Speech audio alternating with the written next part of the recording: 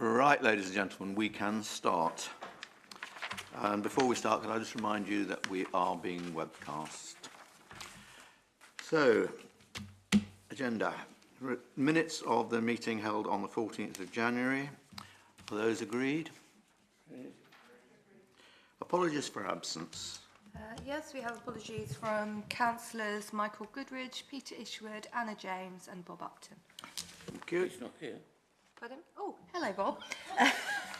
Bob Upton withdraws his apologies.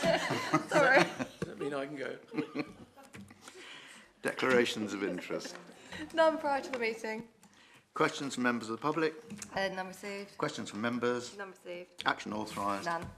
Minutes of the meetings of the Licensing Act 2003 subcommittees on pages 5 to 12.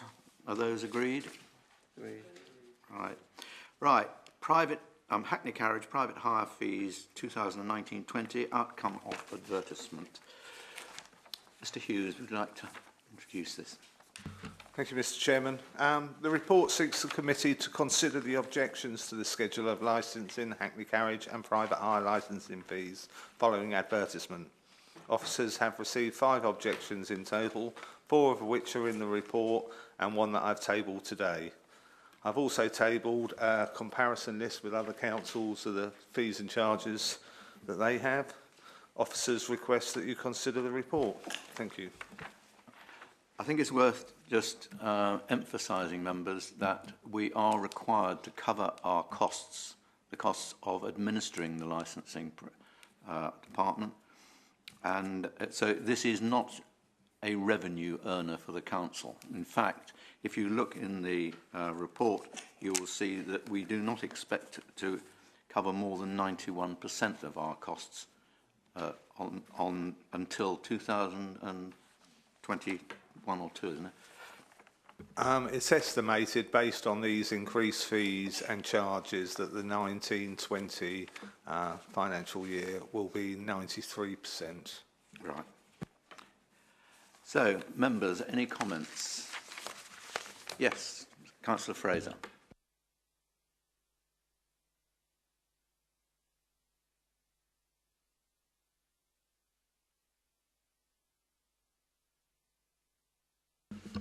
I wouldn't presume to challenge the charges as proposed here for the licences, but I would like to express a considerable sympathy with the cases of the taxi drivers and their expression of resentment at those charges when they are prevented from increasing their charges to cover costs.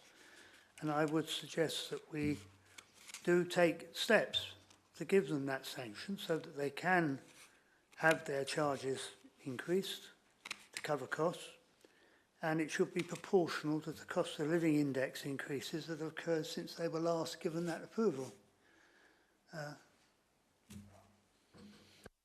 Thank you.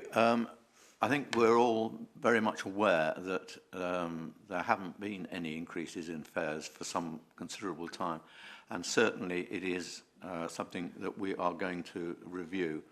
We have a liaison meeting with the taxi trade on the 18th of March, and we will be asking them for their views on that at that meeting, and we will be giving it a sympathetic hearing. However, I just asked Mr. Hughes to tell you what has recently happened in Guildford so far as taxi fares are concerned, because it is a fairly salutary point. Mr. Hughes. Yeah, thank you, Mr. Chairman. On the Guildford issue, they have recently reviewed, and generally it's the taxi drivers that request a fare rise, and then we advertise it and we ask for their feelings, and they put what they want, whether it's an increase on the pull-off charge or an increase on the length of the mileage. There's all different combinations they can have. But Guildford did a review recently, and it's now set as the template, really, because it's been challenged at I'm not sure if it was High Court, but it was challenged at court, and it went to a number of challenges, which it won all of them, and basically their fares went down, not up.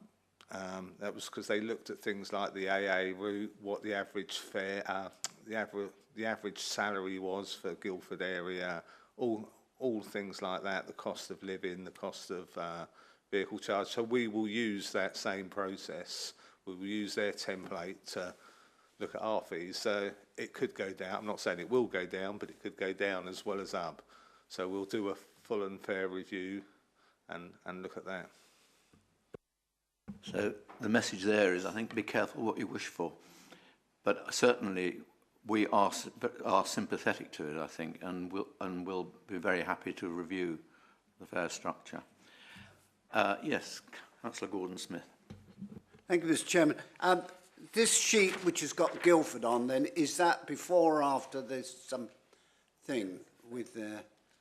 That is as of the 11th of February, so that will be after, but that's their charges for their licences. But I believe they charge more on some because where they've lost a few taxi drivers, they put in their newsletter, I think, the cost of all the challenges to their cases, their policies, etc., and their fares, and the lack of drivers, that they have to spread the cost out between the other drivers to recover their costs.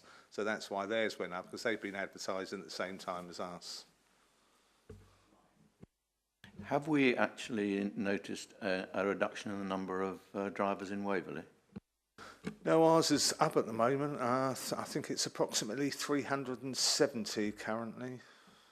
So I think that's recent. We've been getting a number coming over from Woking area. Ah, so it's something to do with the Woking unmet need.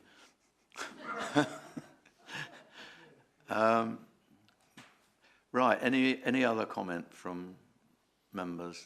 Yes, Councillor King. Thank you, Chairman.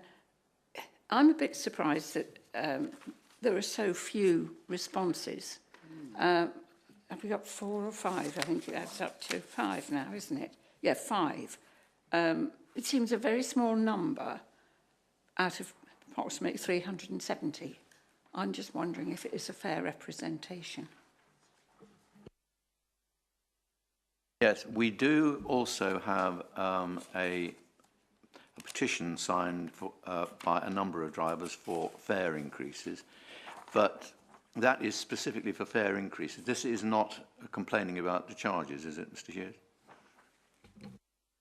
I think we'd have to look at it both, because it was attached to the email of the complaint, but in there, I think he's asking for a fare rise as well. So, but on the advertising, all our drivers that we contact via email, which is majority of them, were all sent notification of this with the explanation of all the fees. It's also advertised in the newspaper and at the council offices. Even so, even if you add in all of these signatures, and some of these may also have written in, the people who wrote in, I don't know, but out of 370 drivers, it's not a huge number, is it? Any more? No.